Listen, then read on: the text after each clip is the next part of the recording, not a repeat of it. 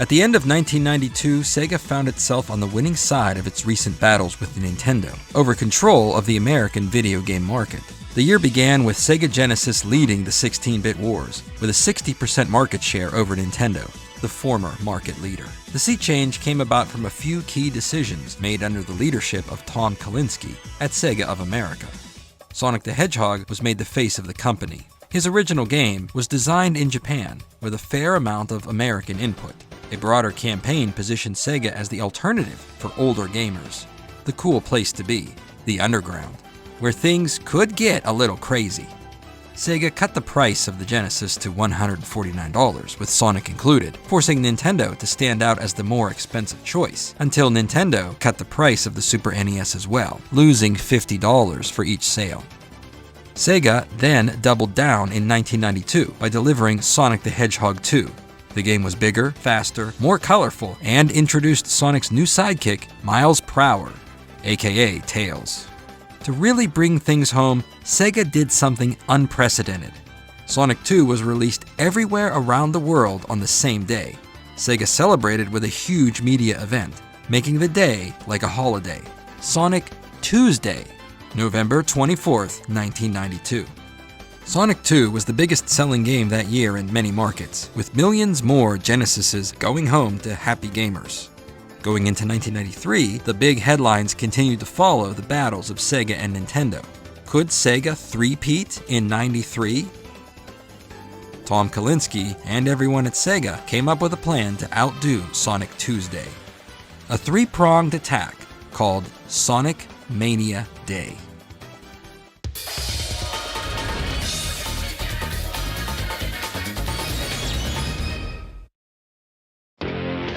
If you've got a Genesis, or a Game Gear, or a Sega CD, there are new Sonic games coming, as you'll see on Sonic Mania Day. They're really fast.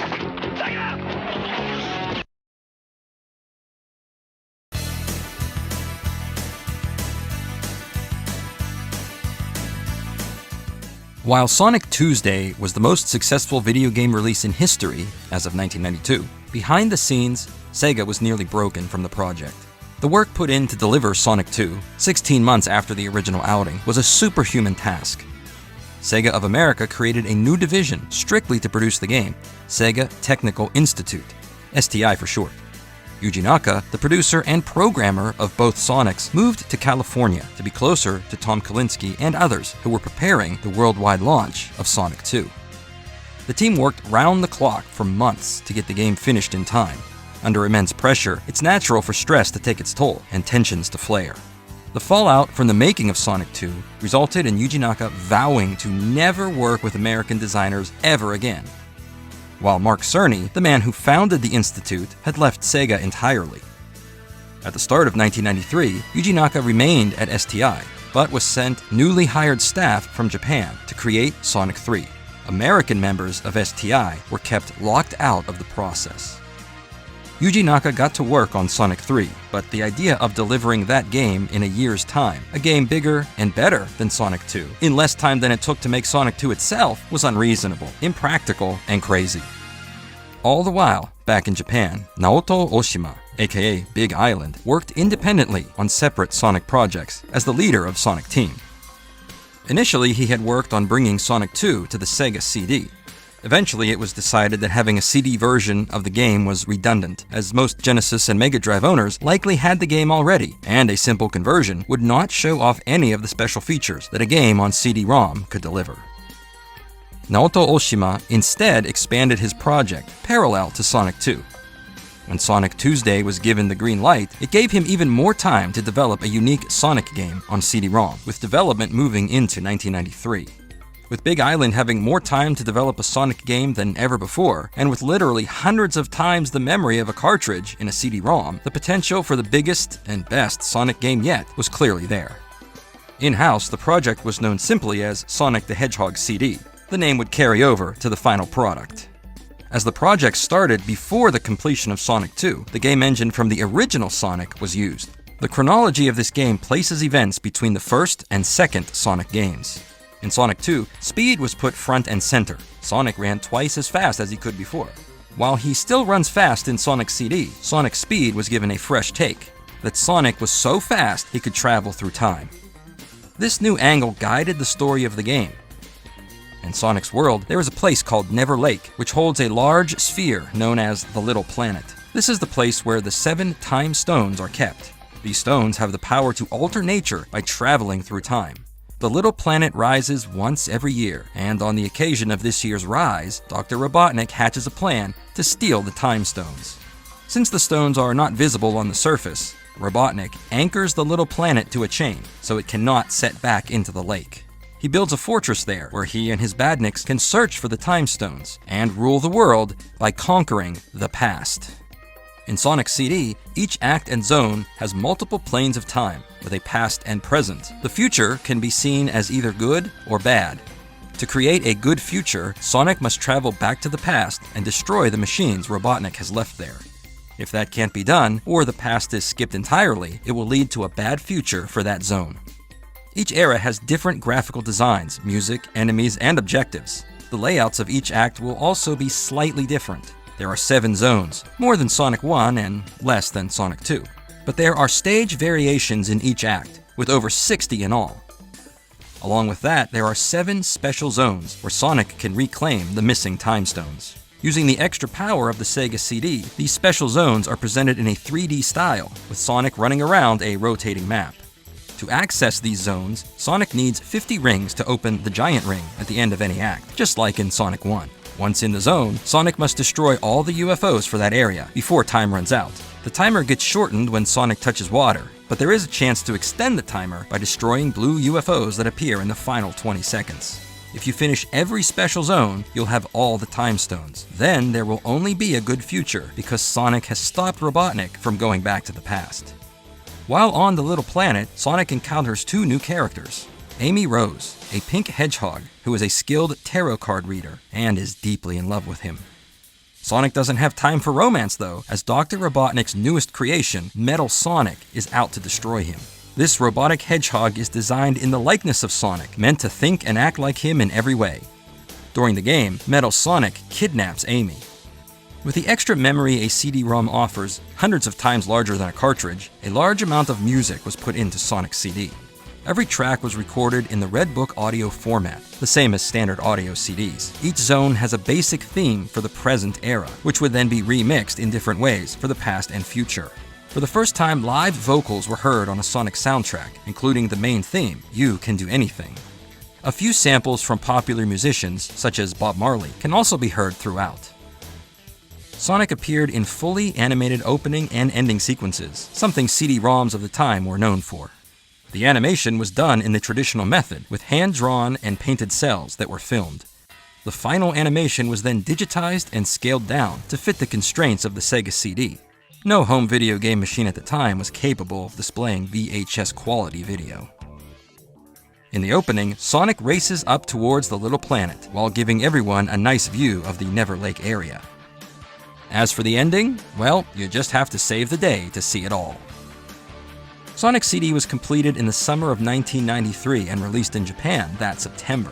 Tom Kalinske was excited to have Sonic CD ready, but demanded a re-recorded soundtrack that he felt would be more pleasing to American audiences. In-house composers at Sega of America crafted a new soundtrack, holding the game back a few months in the process. The sessions resulted in a new opening song, Sonic Boom, that replaced You Can Do Anything. The change in soundtracks has divided fans ever since. Sonic 3 was on track for 1994. The Game Gear was also expected to have a new Sonic game, while STI was creating something else very different to fill in the gap left from Sonic 3. The American Sonic CD was ready for a November release. Tom Kalinske and the marketing department at Sega crafted a novel approach to the situation. Rather than selling one game everywhere on one day, why not 3? And what if the Sega CD, Genesis, and Game Gear could all have a new Sonic game that 4th Thursday in November? Sonic CD would lead the way, but there would be something for everyone.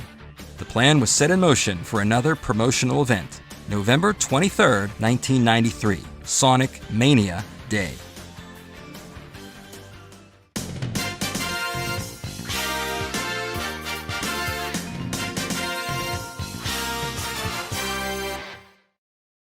Mega CD.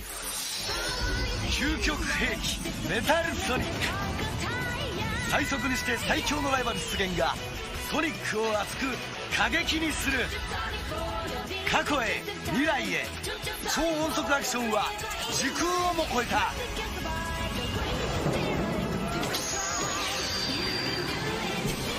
Sonic the Hedgehog CD from Mega CD.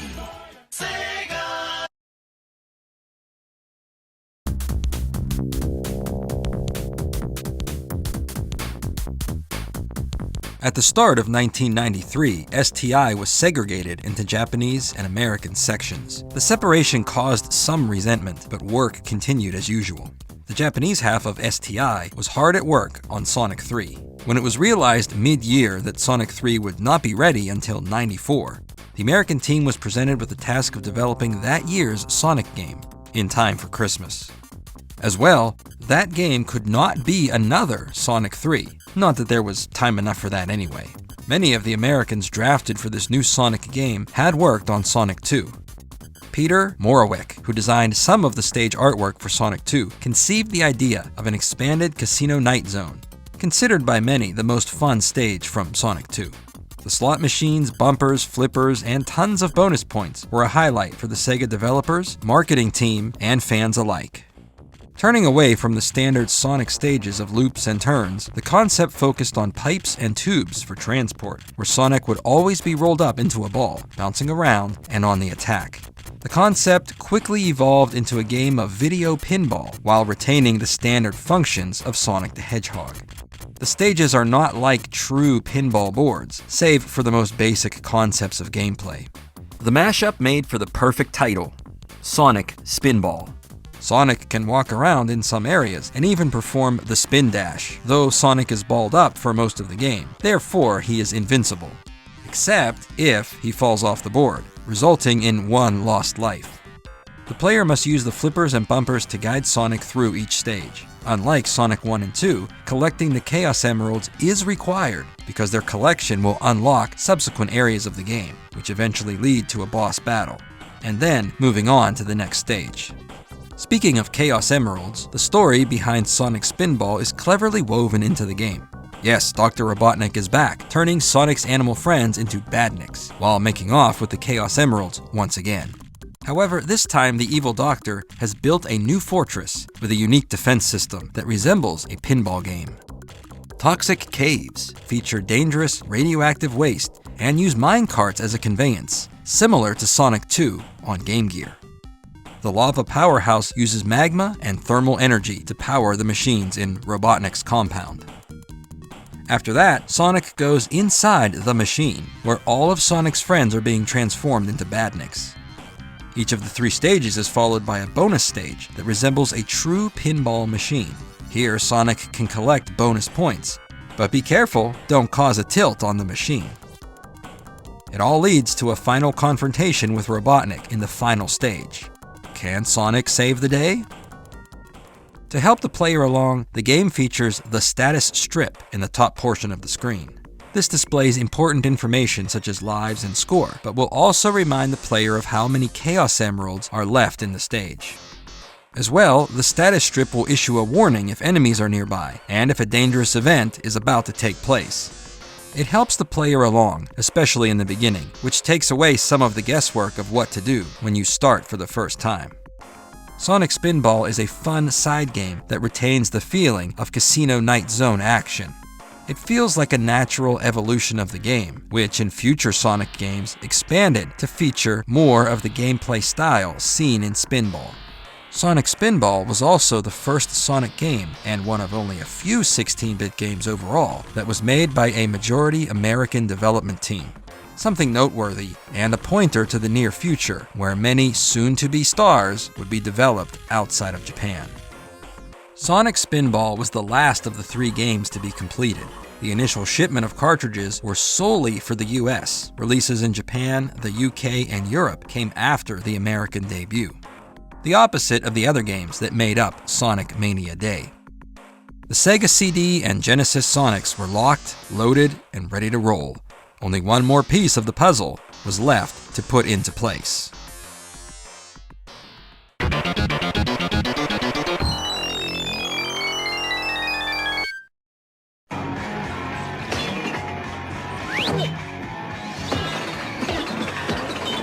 This is what it feels like.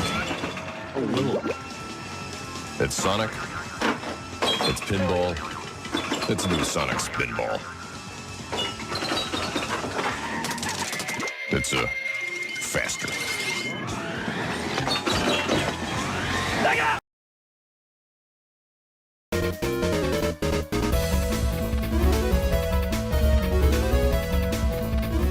Throughout the 1990s, the Sonic games on Game Gear followed a different track than those on the Genesis. That isn't to say these aren't great games, nor that these were treated as less important. Sonic was the main driver to show a difference between the Genesis and Super NES. While in the portable space, the color display of the Game Gear was all that was needed to show a difference between it and the Game Boy. Sonic Team and STI were far too busy as it was to work on the Game Gear Sonics, leading to wholly different teams creating those games. The Game Gear is not much more than the old Master System, which even in 1993 was still for sale outside of Japan and the US. This allowed for different games for different audiences. The first Game Gear Sonic was developed by composer Yuzo Koshiro, with his studio, Ancient, being formed in the process. The 8-bit and 16-bit Sonic 1s were mostly the same, but the version made by Ancient did feature several unique zones. The second game was handed off to Aspect. The Game Gear Sonic 2 was rather different than that on the Genesis. Tails was unplayable and was instead in need of rescue in the game. Sonic employed a number of transport devices, minecarts and hang gliders being the most memorable. It was fun for sure, but certainly was not the Sonic 2 you saw on the TV. Honestly, one of the few things that the 8-bit and 16-bit Sonic 2s had in common was the title. With Sonic 3 not happening in 1993, Sega and Aspect took advantage of the opportunity to forego numbering altogether, instead settling on the title Sonic Chaos, setting the story further off course from the main series. Sonic Chaos took the same code from Sonic 2 and expanded upon it. Ideas that didn't make the cut in 1992 were added. Programming tricks from before were refined. Some sound effects and graphics were even reused from the 8-bit Sonic 2. That's not laziness, but efficiency. With the framework of the game ready from the start, it gave Aspect more time than usual to create a finished product.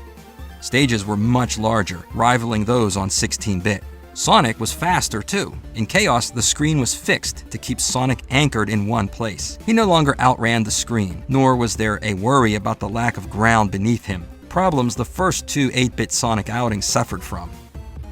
As for the story of Sonic Chaos, Dr. Robotnik is at it once again, swiping Chaos Emeralds while Sonic and Tails were away from South Island. This time, removing the emeralds has caused the island to start sinking into the ocean. If Sonic and Tails don't get the Chaos Emeralds back soon, South Island will be completely underwater. While technically outsourced, Aspect worked closely with Sega in Japan. Some elements that were used in Sonic CD also exist in Sonic Chaos, allowing the two games to connect, as it was very likely fans could have owned and played both concurrently. In addition to the Spin Dash, the Strike Dash was included. This feature was first seen in Sonic CD, allowing Sonic to run at maximum speed from a standing start. Two music tracks are also brought over from Sonic CD. The final boss theme in Sonic Chaos is similar to Metallic Madness, while the Mecha Green Hill Zone is an 8-bit version of You Can Do Anything. Tails was finally playable in an 8-bit Sonic game, designed to be a separate character with different abilities than Sonic. He can't run as fast, but jumps higher and farther, and can fly for short distances. The difference in control gives players the option of tight and fast with Sonic, or loose and floaty with Tails. The choice of character also affects the ending. To get the proper, good ending, Sonic must collect 5 Chaos Emeralds. The 6th one is earned automatically. Like many other Sonic games, the Chaos Emeralds are discovered in special zones. Those require gathering 100 rings in any regular act. Each of the special zones are unique, and the only way to earn the emerald is to reach the goal within 60 seconds. Tails can't access the special zones, earning a 1-up for every 100 rings instead. Long story short, Tails is the easy mode. There are a few neat Easter eggs in Sonic Chaos as well. You can access a stage select if you push up, up, down, right, left, start at the title screen. Down, up, left, right, start will present the sound test. While in the sound test, if you press down, right, 1, Sonic will perform the Hadouken from Street Fighter II.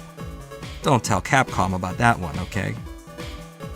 Being free from the constraints of the level design, story, and release schedule of Sonic 3 allowed the games of Sonic Mania Day to work individually, not only in structure, but how, where, and when each game appeared.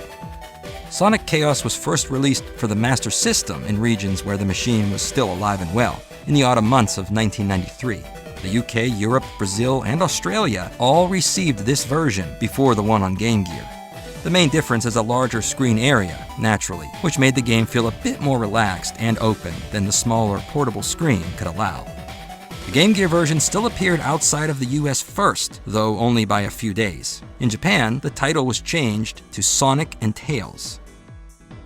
With all 3 games wrapped up, mass-produced, and waiting for the big American release on November 23, 1993, everything was finally in place. All that needed to be done was to open the gates and let the Sonic Mania run wild.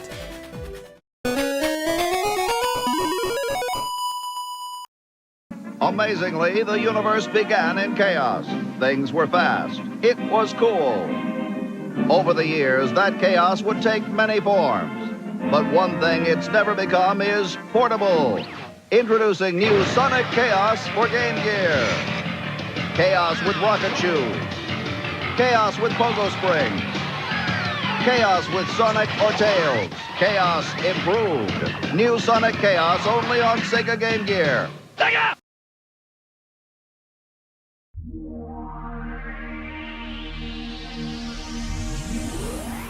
While Sega was developing 3 separate Sonic games all over the world, the team in California, led by Tom Kalinske, charted the course for that Christmas season.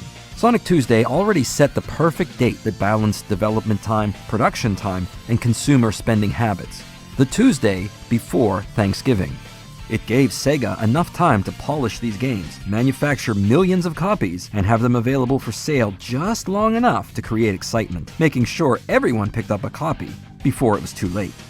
While no longer worldwide in scope, Sega did plan a well-thought-out strategy for November 23, 1993. Print ads proudly declared the date, encouraging everyone to get ready for the big day. TV commercials for each of the 3 games were seen everywhere. As for how the games fared critically, Sonic CD received the highest marks of the 3, all across the board. Most review scores ranged from 85 to 95%. Die Hard Game Fan gave Sonic CD a perfect score, the only time that had ever happened. Sonic Spinball received lower scores than anticipated. Not bad, but not as good as Sonic 1, 2, or CD. Reviewers enjoyed the concept and deviation from the norm, but would have preferred either a longer game in Spinball or just Sonic 3 itself. Sonic Chaos received above-average scores. EGM issued a score of 33 out of 40. Many reviews praised the large levels, which felt as big as those on the Genesis. Having Tails playable and as an easier option for younger kids was also lauded. Sonic CD reached 1.5 million units in lifetime sales on the Sega CD, making it the best-selling Sega CD game of all time. Things didn't end there, as Sonic CD had a second life on Windows PCs, staying in print until the end of the 1990s.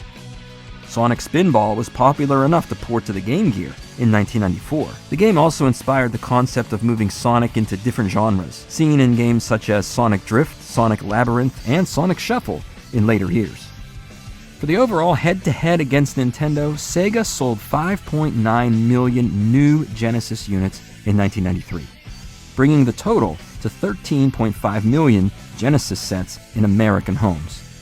Nintendo sold 4.4 million Super NES sets, on the strength of games like Super Mario All-Stars, Star Fox, and Street Fighter II, raising their overall total to 11.3 million. In 1993, the Sega Genesis maintained a 60% market share in the 16-bit space, making the company undefeated since 1989 and winning for the 3rd straight year over Nintendo. The Sega CD, which was reduced in price and included several free games, sold 1,080,000 units in 1993, adding to the 250,000 sold in 1992, for a total of about 1.3 million. Nintendo never had a CD-ROM attachment. The only competitor was the Turbo Duo, which was rumored to have only manufactured 20,000 to 40,000 units in 1992, and none afterwards. The Game Gear raised its total American lifetime sales to over 4 million, making it the #1 color portable gaming machine. Overall, Sega had generated $3.6 billion in revenue in 1993. For their efforts, Tom Kalinske was named Gamer of the Year for 1993 by Electronic Games magazine, while Sonic was named Man of the Year by Wired magazine. Sonic Mania Day was a success, but in the modern day, the event seems to have been mostly forgotten to time. After Sonic Tuesday in 1992, there really wasn't anything bigger you could do that wasn't repeating what had already been done. That goes for Sega, Nintendo, or anybody else. It made sense to widen the scope with 3 games and hold a similar event, but things just don't have the same shock value the second time around. However, the memory of the day isn't fully forgotten. The back-to-basics modern 2D Sonic game, released in 2017, carried the name Sonic Mania. Only a few months after Sonic Mania Day, Sonic 3 would hit the stores in the US. That took most of the headlines away from the Sonic Mania trilogy. All eyes were on to the next round as Sega would try a much different tactic, selling a game at the beginning of the year, alongside another towards the end, that completes the saga.